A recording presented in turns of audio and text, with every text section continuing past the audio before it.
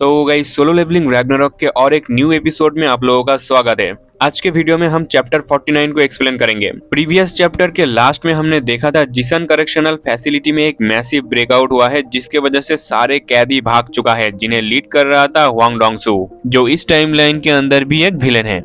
तो अब अगले एपिसोड में हम देखते हैं कि पूरे कोरिया में अनाउंसमेंट हो रही थी कि जिसन करेक्शनल फैसिलिटी में एक मैसिव ब्रेकआउट हुआ है, तो आसपास के सभी सिविलियन को हंटर द्वारा इवैक्यूएट किया जाएगा। इसके बाद सीन चेंज होता है और हम देखते हैं एक दरवाजे को जिसे बाहर से कोई गला रहा था, और फिर दरवाजा खोल के अंदर आते हैं कुछ कैदी, जिनमें से एक कैदी कहता है लगता है कि यहाँ पर कोई नहीं है। उसका साथी कहता है वार्निंग का अलार्म सुन के शायद सब लोग यहाँ से भाग गए होंगे, और फिर ये सभी कैदी यहाँ से कुछ कपड़े उठा के पहन लेते हैं। इसके बाद एक कैदी अपने साथी से कहता है क्या हम सच में हंटर एसोसिएशन के अगेंस्ट फाइट करने वाले हैं, क्योंकि उनके पास तो एस रैंक और ए रैंक हंटर मौजूद है। इस पर उसका साथी कहता है क्या तुमने प्लान को सही से नहीं सुना था? अगर हम शहर पर कब्जा कर ले और लोगों को हॉस्टेजेस बना ले तो एक एस रैंक हंटर क्या ही कर पाएगा। और इसके अलावा हमारे पास स्टार फ्रैगमेंट भी मौजूद है जो हुआंग डोंगसुक ने हमारे लिए लाया था।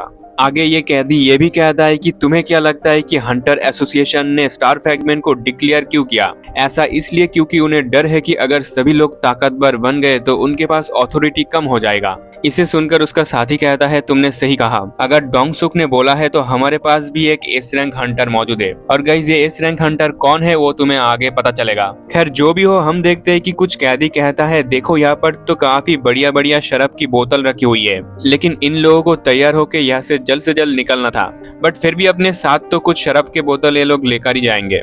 ये लोग यहाँ पर यही सब चोरी वगैरह कर रहे थे, और हम देखते हैं कि इसी घर के अंदर एक लड़का छुपा हुआ था जो अलमारी के अंदर छुप के इन सभी चीजों को देख रहा था, एंड वो इन सभी चीजों के बारे में रिपोर्ट करने ही वाला था, लेकिन एक कैदी उसे ढूंढ लेता है और कहता है बेटा क्या तू पिएगा हमारे साथ? और फिर इसके बाद सीन चेंज होता है। हम देखते हैं शहर में तबाही मची हुई है। भागे हुए कैदी अपने सामने आए हुए सभी इंसान और हंटर्स को बेरहमी से मार रहा था, एंड इस चीज को देखकर हुआंग डोंगसुक कहता है क्या नजारा है। और फिर बंदा डरावने हुए में ये भी कहता है कि मेरे पास एक सिंगल वार्ड में हाई रैंक कैदी भी तबाही मचाने के लिए उतर गए, दिस इज माई पावर। तभी डोंगसुक के पीछे एक बंदा आके कहता है जब तक ये भगोड़े कैदी यहाँ पर तबाही मचा रहा है हमें जल्द से जल्द निकलना होगा।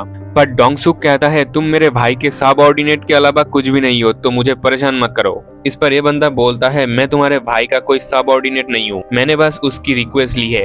एंड गाइज हम देखते हैं कि ये बंदा और कोई नहीं कांग ताइशिक है, जो कि एक बी रैंक हंटर है। और गाइज अगर आप लोगों को याद है तो इस बंदे को संग जिनबू ने सीजन 1 में मारा था। खैर जो भी हो, कांग ताइशिक यहाँ पर इसलिए आया है क्योंकि वो हुआंग डोंगसुक को यहाँ से निकलना चाहता है, लेकिन डोंगसुक तो गुस्से में इसका कॉलर पकड़ लेता है और कहता है तूने कहा तू एक बी रैंक हंटर है, तो क्या तू भी मुझे सिर्फ इसलिए नीची नजर से देख रहा है क्योंकि मेरा रैंक लो है? अब देखो गाइस, कांग ताइशिक अपने मन में सोचता है कि ये इतना स्ट्रॉन्ग दिखने की कोशिश क्यों कर रहा है, जबकि ये एक कायर है जो स्टार फ्रैगमेंट भी नहीं खा सकता क्योंकि इसे साइड इफेक्ट से डर लगता है। तो क्या मैं इसे मार दूं? पर तभी हमें एक पास्ट का पैनल दिखाया जाता है जहां पर डोंगसुक का भाई डोंगसू कांग ताइशिक को कहता है हंटर एसोसिएशन के खिलाफ जाना ये कोई इंटरेस्टिंग बात नहीं है, ये तो सिर्फ एक बहाना था ताकि कैदी शहर में तबाही मचा सके, और जब वो लोग तबाही मचा रहे होंगे तब तुम मेरे भाई को मेरे पास ले आना, और ऐसा करने से तुम्हारा काम खत्म हो जाएगा। एंड अगर तुम इस काम में फेल होते हो तो तुम्हें पता है कि तुम्हारे साथ क्या होगा। खैर जो भी हो, अब कहानी प्रेजेंट में शिफ्ट होता है जहां पर डोंगसुक कांग ताइशिक से कहता है कि तूने मेरे सवालों का जवाब नहीं दिया। पर कांग ताइशिक अपने दिमाग में सोच रहा है कि मैं एक एस रैंक हंटर को अपना एनिमी नहीं बना सकता, इसलिए कांग ताइशिक डोंगसुक से कहता है जैसा तुम चाहते हो मैं वैसा ही करूंगा। और फिर इसके बाद सीन चेंज होता है। हम देखते हैं एक हेलीकॉप्टर को जिसके अंदर से बाहर निकलता है मिस्टर चोई और एसोसिएशन चेयरमैन जिनचुल। मिस्टर चोई जिनचुल से कहता है ग्रेट कैटाक्लिज्म के बाद ये पहली बार है जब मैं आपके साथ बैटल में उतर रहा हूँ। इस पर जिनचुल कहता है मैं चुपचाप खड़ा होकर सिविलियन को और ज्यादा नुकसान उठाते हुए नहीं देख सकता। जो भी हो, अब मिस्टर चोई पूछता है कि कैदियों ने जो गले में सुरक्षा पट्टियां पहन के रखी हुई थी उनका क्या हुआ? मिस्टर जिनचुल कहता है कि जेल के अंदर कंट्रोल सिस्टम को किसी ने पूरी तरह से तबाह कर दिया है। इसके अलावा आसपास के कई एसोसिएशन के हंटर्स के ऊपर मिस्टीरियस तरीके से हमला किया गया है, कुछ की हालत तो काफी क्रिटिकल है। इसे सुनकर मिस्टर चोई अपने मन में सोचता है कि एक कंट्रोल सिस्टम को ए रैंक हंटर मैनेज करता है और उसे डिस्ट्रॉय कर दिया गया। उसी के साथ कैदियों ने स्टार फ्रैगमेंट का यूज किया है। इसे देखते हुए ऐसा लग रहा है कि इसके पीछे कोई और पावरफुल आदमी है। तभी यहाँ पर कोई आके कहता है तो इसका मतलब मेरा अंदाजा सही था, इस इंसिडेंट के पीछे कोई और मास्टरमाइंड है। और गाइज हम देखते हैं कि यहाँ पर लिम ताइगू और पाक दोजिन आ चुका है इनकी मदद करने के लिए। लिम ताइगू ये भी कहता है कि मैंने सुहो को यहाँ पर आने के लिए बोला लेकिन उसने मेरी बातों का कोई रिस्पॉन्ड ही नहीं दिया। इसे सुनकर तो मिस्टर जिनचुल काफी हैरान होता है कि क्या सुहो ने सच में ऐसा किया। आगे लिम ताइगू कहता है कि सुहो ने पाक दोजिन के थ्रू एक मैसेज छोड़ा है कि वो जिसन करेक्शनल फैसिलिटी में जा रहा है। और गाइस जैसा कि हमें पता है कि लिम ताइगू सुहो पर शक करता है क्योंकि उसे लगता है कि सुहो स्टारडस्ट के साथ किसी न किसी तरह से जुड़ा हुआ है। ऊपर से सुहो उसी जगह पर गया है जहां पर सभी लोग स्टार फ्रैगमेंट का यूज कर रहा है। मतलब ओवरऑल लिम ताइगू को लगता है कि सुहो जब पहली बार मास्क पहनकर आया था ली मिनसंग को मारने के लिए, ऐसा इसलिए क्योंकि वो स्टारडस्ट डिस्ट्रीब्यूशन में अपनी इन्वॉल्वमेंट को छुपाना चाहता था। उसी के साथ सुहो ने इतने दिनों तक फॉल्स रैंक के साथ रजिस्ट्रेशन करके अपने एबिलिटीज को छुपा के रखा था। तो इससे साबित होता है कि वो एक काफी खतरनाक विलेन है। सो लिम ताइगू काफी रेंज मोड में कहता है कि मैं इस मिशन को इसलिए ज्वाइन कर रहा हूं ताकि मैं उसे खत्म कर सकूं।